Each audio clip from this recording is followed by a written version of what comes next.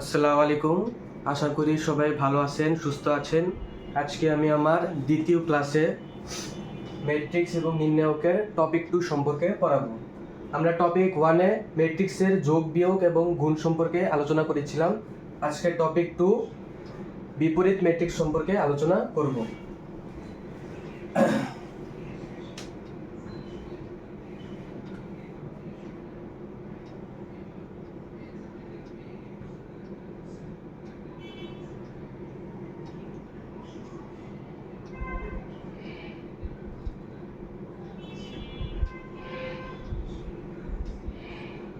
বিপরীত ম্যাট্রিক্স।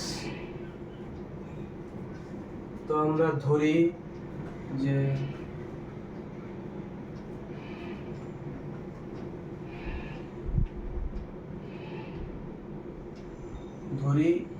এ একটি ম্যাট্রিক্স দেওয়া আছে। এই ম্যাট্রিক্সের আমাদের বিপরীত ম্যাট্রিক্স এর সততা যাচাই করতে হবে। আমরা জানি বিপরীত ম্যাট্রিক্সের সততা যাচাই হচ্ছে, মনে করো বিপরীত বিপরীত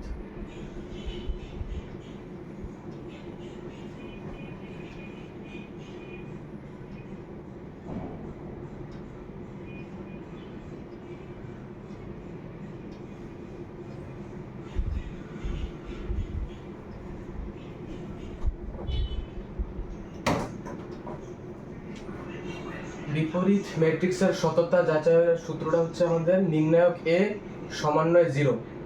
যদি এই জিনিসটা আসে আমাদের, তাহলে আমরা এই ম্যাট্রিক্সের বিপরীত ম্যাট্রিক্স বের করতে পারবো। অর্থাৎ নির্ণায়ক একটা 0 এর সমন্বয়ে 0 হতে হবে। 0 যদি হয় তাহলে বিপরীত ম্যাট্রিক্স বের করা যাবে না। আর যদি অন্য কিছু আসে অর্থাৎ সমন্বয় 0 হয়, তাহলে আমরা বের করতে পারবো। তো আমরা শুরু করি। আমরা জানি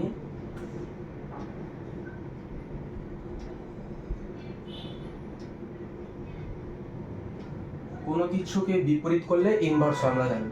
তো আমরা এ ম্যাট্রিক্স দেওয়া আছে, তাহলে আমরা এ কে ইনভার্স করব। যদি বি ম্যাট্রিক্স দেওয়া থাকে, তাহলে আগে বি কে ইনভার্স করব আমরা বিপরীত ম্যাট্রিক্স বের করার জন্য। এ ইনভার্স 1 সূত্র হচ্ছে আমাদের অ্যাডজয়েন্ট এ বাই নির্ণায়ক এ। আমরা জানি যে অ্যাডজয়েন্ট শব্দটি থেকে এডিজে অ্যাডজয়েন্ট শব্দটি এসেছে। এটা হচ্ছে ফুল ফর্ম। আমরা কি ম্যাথ করার সময় এটাকে সংক্ষিপ্ত আকারে লিখি। এটা হচ্ছে ফুল ফর্ম অ্যাডজয়েন্ট এ। এটাকে আমরা সংক্ষিপ্ত আকারে লিখি। হ্যাঁ, ঠিক আছে। তো সূত্র হচ্ছে আমাদের A inverse 1 adjoint A by নির্ণায়ক এ। আমরা নির্ণায়ক এ আগে বের করে নিব। এখানে নির্ণায়ক এ ইকুয়াল এ দেওয়া আছে, অর্থাৎ ম্যাট্রিক্স এটা আমরা লিখব এ বি পি কিউ। তারপরে কি আছে, নির্ণায়ক চিহ্ন আছে, এই নির্ণায়ক চিহ্ন দিয়ে দিব। এখানে কিন্তু ম্যাট্রিক্স চিহ্ন ছিল, এটা দেওয়া যাবে না। এখানে নির্ণায়ক চিহ্ন আছে, নির্ণায়ক চিহ্ন দিব। নির্ণায়ক যেহেতু বের করতে বলছে, তারপরে আমরা কোনাকুনি গুণ করব এ কিউ মাইনাস বিপি। এটাই হচ্ছে আমাদের নির্ণায়ক এর। যেহেতু এ ইনভার্স 1 সমন্বয় 0,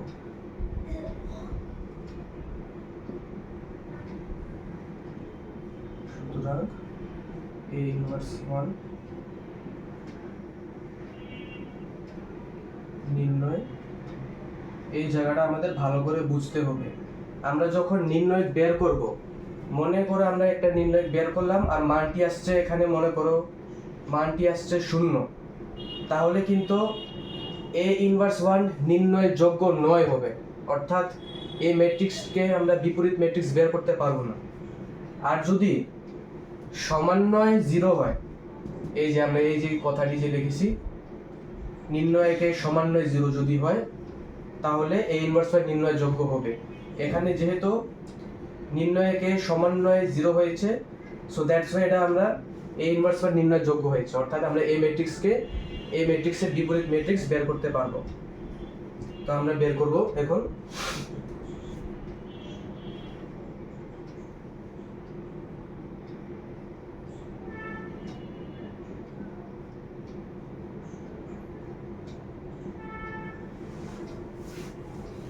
এটা হচ্ছে আমাদের, আমরা এটা বের করেছি নির্ণায়ক এ, উপরে আছে অ্যাডজয়েন্ট এ।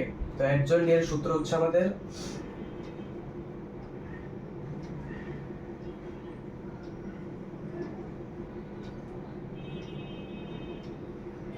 এটা হচ্ছে আমাদের সূত্র। 11 থাকবে, 12 থাকবে উপরে, নিচে থাকবে 21, 22। যদি মনে করো আমাদের ম্যাট্রিক্সটা বড় হয়, নিচে দিয়ে আরো থাকে, তাহলে 3টা হবে। সেই ক্ষেত্রে হবে আমাদের, মনে করো সেক্ষেত্রে আমরা লিখবো A31 আর 32 লিখবো। হাইয়েস্ট এই 3টাই হয়, 11, 12, 21, 22, 31, 32। এটা লেখার প্রয়োজন নেই, কারণ এখানে 2টাই আছে ফ্যাক্টর।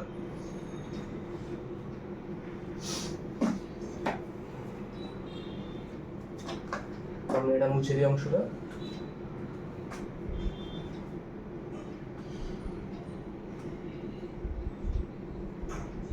আমরা এগুলির মান বের করে নিব।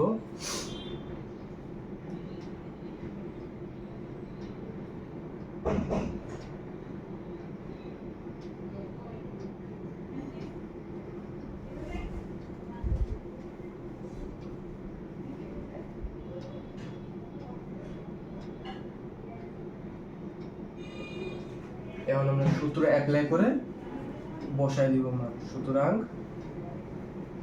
adjoint A is equal to A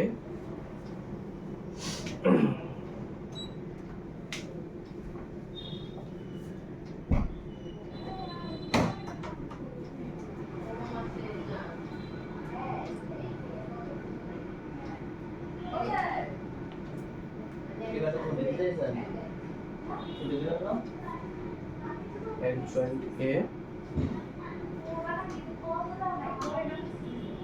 মানগুলি বসাবো আমরা Q,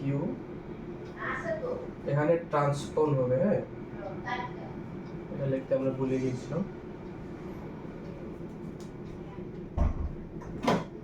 T হবে, T দ্বারা ট্রান্সপোজ বোঝায়, অর্থাৎ আমরা সারিকে কলম করে নিব। এখানে এই সারিকে কলম আকারে লিখবো এখানে, তাহলে আমাদের ট্রান্সপোজ হয়ে যাবে। এই সারিকে কলম আকারে লিখবো, Q মাইনাস P, সারিকে কলম লিখবো।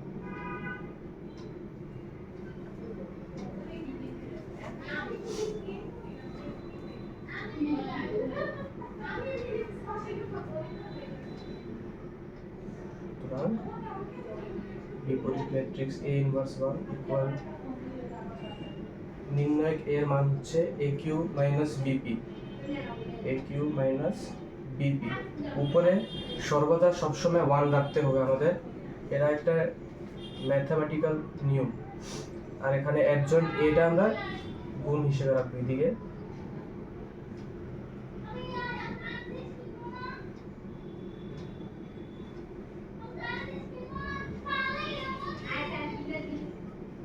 এটাই হচ্ছে আমাদের A ইনভার্স 1 বিপরীত ম্যাট্রিক্স।